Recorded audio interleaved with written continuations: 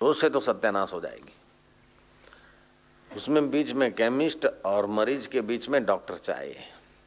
जयराम जी की ऐसे अच्छे में अच्छा मंत्र कभी सुना, किसी मंत्र की महिमा, कभी किसी साधना की महिमा सुना, कभी किसी की सुना, कभी कुछ करने लग गए, कभी कुछ करने लग गए। इससे वह आध्यात्मिक ऊंचाई का अनुभव नहीं होगा। एक गुरु तो गजब का काम करते थे। किसी को दीक्षा देते तो बोले चलो मेरे साथ। पास में किसान ने 7 कुएं खोद रखे थे, कोई 10 हाथ, कोई 8 हाथ, कोई 9 हाथ, कोई 13 हाथ। 7 खोद रखे थे, 8वां खोदने की तैयारी थी। 7 में पानी नहीं, वो 8वां खोद रहा था। पूरा खेत खड्डे खड्डे कर डाला और पानी नहीं। गुरु ले जाता कि अगर ऐसा मूर्ख किसान बनना है, ऐसा मूर्ख साधक बनना है तो मेरे से दीक्षा मत लो। इसने देखो दृढ़ता नहीं, पानी निकलेगा कि नहीं निकलेगा। 8 हाथ खोदा, नहीं निकला। दूसरी जगह 9 हाथ खोदा, कहीं 13 हाथ खोदा तो कहीं 11 हाथ खोदा। खोद खोद के पूरा खेत खड्डे बना दिया और पानी का चुल्लू भर भी नहीं। और बोलता मैं पुरुषार्थ करता हूं। तो पुरुषार्थ में भी यथा योग्य मेहनत और बुद्धि चाहिए। एक धूप घुमाने में भी अकल चाहिए भाई, जयराम जी की। नहीं तो मेहनत अपनी भी जाती है और लोगों को डिस्टर्ब हो जाता है। आटा गूंदने में भी अकल चाहिए। तो गुरु दीक्षा देना कोई ऐसे मूर्खों का काम नहीं। कन्या मन्या कुर्र, तुम हमारे चेले हम तुम्हारे गुर्र। दक्षिणा धर, तू चाहे तर चाहे मर।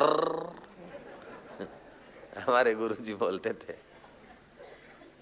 कि आजकल गोपो विजी टोपो गिसकी वेठो गा देते हैं। गोपा टोपा डाल के गुरु पढ़ने का, गादी पे बैठ गया के बाद हम भी गुरु। और कुछ लोग तो केवल पगारदार हैं जो धर्म का प्रचार करने को देश परदेश से आ जाते। तो पगारदार गुरु नहीं हो सकता है, जयराम जी की। पगारदार सतगुरु नहीं हो सकता। पगारदार मास्टर हो सकता है, शिक्षक हो सकता है, लेकिन सतगुरु तो पगारदार सतगुरु नहीं हो सकता है। सतगुरु उसे कहा जाता है जिससे रिद्धि सिद्धियां और भगवान की सृष्टि के प्रलोभन है उसको भी ठुकराने का सामर्थ्य हो।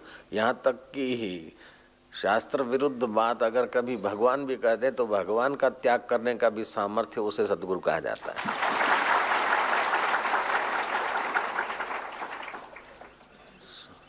स्वर्ग के सुख का, ब्रह्मलोक के सुख का, वैंकुट के सुख का और वैंकुठाधिपति के प्रलोभनों को ठुकराने का सामर्थ्य जिसमें हो उसे सतगुरु कहा जाता है। तुर्क दुनिया, तुर्क उकबा, तुर्क मौला, तुर्क तुर्क। लोग क्या कहेंगे? इस लोक लज्जा में मरा रहेगा तो साधन में आगे पहुंचेगा ही नहीं। जो लोक लज्जा छोड़कर भगवान के रास्ते चल पड़ा है, बुद्ध की नाई, महावीर की नाई, कबीर की नाई, नानक की नाई,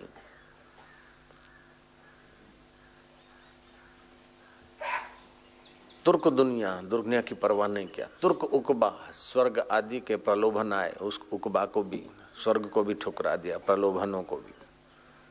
तुर्क मौला, लोग क्या कहेंगे, भगवान क्या कहेगा, मौला ये ले लो वो ले लो, नहीं, तुर्क कर दिया। और फिर तुर्क का मन त्याग का भी त्याग कर दिया। मैं त्यागी हूं ऐसा मन में भी नहीं रहा। उसे सत्य की प्राप्ति होती है, उसे सद्गुरु बोलते हैं। तो सद्गुरु मेरा सूरमा करे शब्द की चोट, मारे गोला प्रेम का हरे भरम की कोट। ये जो भरम है, मैं देह हूं जगत सच्चा है, भगवान कहीं पर बैठा, ये भरम है। जैसे आकाश सर्वत्र है ऐसे चिदाकाश परमात्मा सर्वत्र है, लेकिन वृत्ति स्थूल होने के कारण उस परमेश्वर का अनुभव नहीं होता है। जैसे बारात जाने से वो घड़ियाल की खटखट नहीं सुनाई पड़ती, ऐसे ही बहिर्मुख इंद्रियों और विषयों के तरफ वृत्ति होने से उस सत्यचित आनंद सुख स्वरूप परमेश्वर का अनुभव नहीं होता है। दूसरा, अपने को कुछ मान बैठे हैं, उस गलती से भी अनुभव नहीं होता। तीसरा, हम अनुभव के योग्य नहीं हैं, इस बेवकूफी से भी अनुभव नहीं होता। और चौथा, तुच्छ चीजों को महत्व देते हैं और उतना उस परम तत्व को महत्व नहीं देते, इसलिए भी अनुभव नहीं होता। और पांचवा बड़ा है कि अनुभव कराने वाले गुरु नहीं मिलते, साधारण पुरोहित को पकड़ लिया तब भी अनुभव नहीं होता। गुरु में सामर्थ्य चाहिए, वो मुझ में है। मुझे अपने आत्मा का प्रत्यक्ष हस्ता मलकवत, जैसे हाथ में आंवला है तो किसी से पूछने थोड़े जाना है कि आंवला मेरे हाथ में कि नहीं है। मुझे हस्त मलकवत परमात्मा तत्व का अनुभव है। ऐसा मेरा शिष्य कोई नहीं जिसको मैंने आनंदित न किया हो। मैं समर्थ गुरु हूं और तुम भी सतपात्र शिष्य हो। संयम, सदाचार, तत्परता, गुरु भक्ति, ये सद्गुण शिष्य में चाहिए। संयम, सदाचार, तत्परता, गुरु भक्ति, ये शिष्य में सद्गुण चाहिए। और श्रोत्रिय, ब्रह्मनिष्ठ, करुणा और अहेतु की कृपा बरसाने का भाव गुरु में होना चाहिए।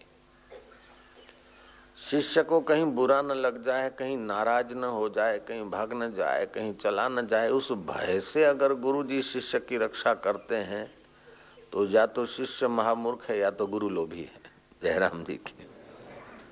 शिष्य महामूर्ख होगा तो उसको नहीं डांटेंगे, जरा डांटेंगे तो भाग जाएगा, लेकिन अर्धमूर्ख होगा तो उसको डांटने में गुरु घबराएगा नहीं।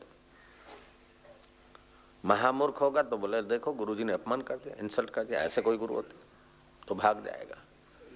तभी भी गुरु नहीं डांटते उसको, और एकदम बुद्धिमान है तभी भी नहीं डांटते। अर्धमूर्ख तो होगा ही, तभी तो शिष्य बना है। अगर पूरा होता तो शिष्य क्यों बनता। जयराम जी की। और अर्धमूर्ख को अर्धमूर्ख रहने दे तो गुरु का कर्तव्य क्या फिर।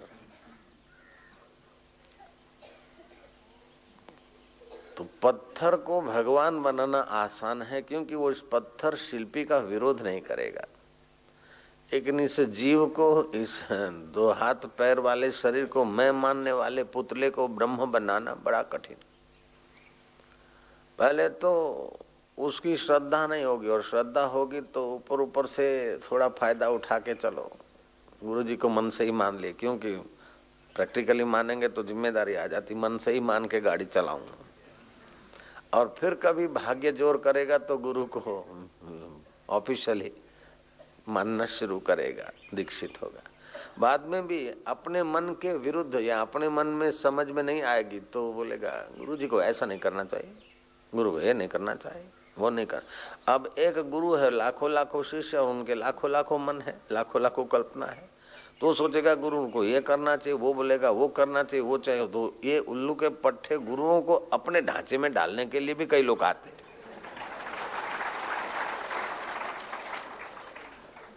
उन सब को सहते हुए और दबाते हुए और घुमाते हुए जो अपने पथ पर जाता है और लाखों को ले जाता है, ये कोई साधारण व्यक्ति का काम नहीं है। हाँ हाँ, सबकी करना और गली अपनी न भूलना और अपने आप में डटे रहना, ये कोई मजाक की बात नहीं है। करोड़ों करोड़ों व्यापारी मिल जाएंगे, करोड़ों करोड़ों ऑफिसर मिल जाएंगे, लाखों लाखों पंडित मिल जाएंगे, विद्वान मिल जाएंगे, सैकड़ों और हजारों गुरु मिल जाएंगे, लेकिन सतगुरु तो कभी कभी कहीं कहीं कबार कबार मिलता है।